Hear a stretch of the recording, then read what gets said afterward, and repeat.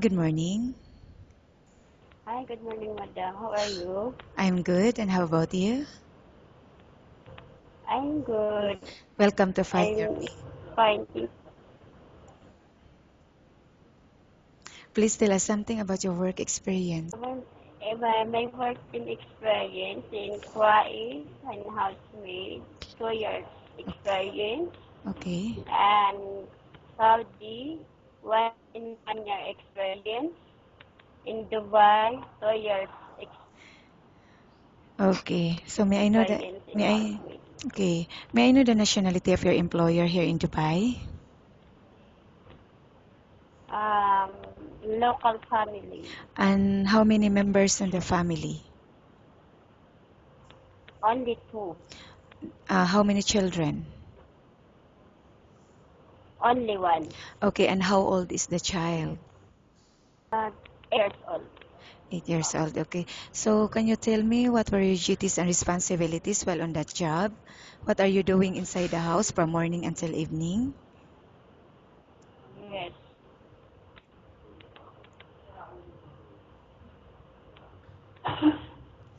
Hello. Hello, hello, Yes, ma'am. Hello, yes. ma'am. What were your duties and responsibilities while on that job? My working in my house, madam, is that all around. So like cleaning, let cooking, assist for my children in come to school, and then ironing, washing. Okay. Okay. And will you accept a salary ranging from 1,000 to 1,500 dirhams? Yes, ma'am. Okay. Okay. Okay. Are you married or single? I'm single. You have kids? Do you have No children? kids. Okay.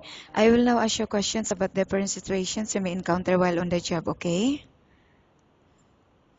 The baby is Yes, non-stop ma'am. crying. What will you do? I encourage my baby to have. I gave what happened or what the problem. So like crying, Okay. And if the baby got sick, what will you do? my milk or what my food. Okay. How about cooking? Do you have any specialty in cooking? So like cooking for madam in local. So like cooking for food in Arabic.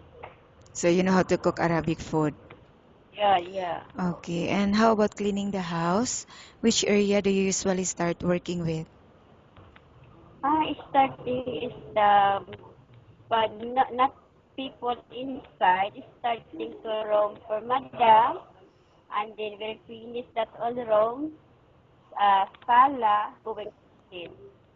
Okay. And why do Yes. you think you should be hired?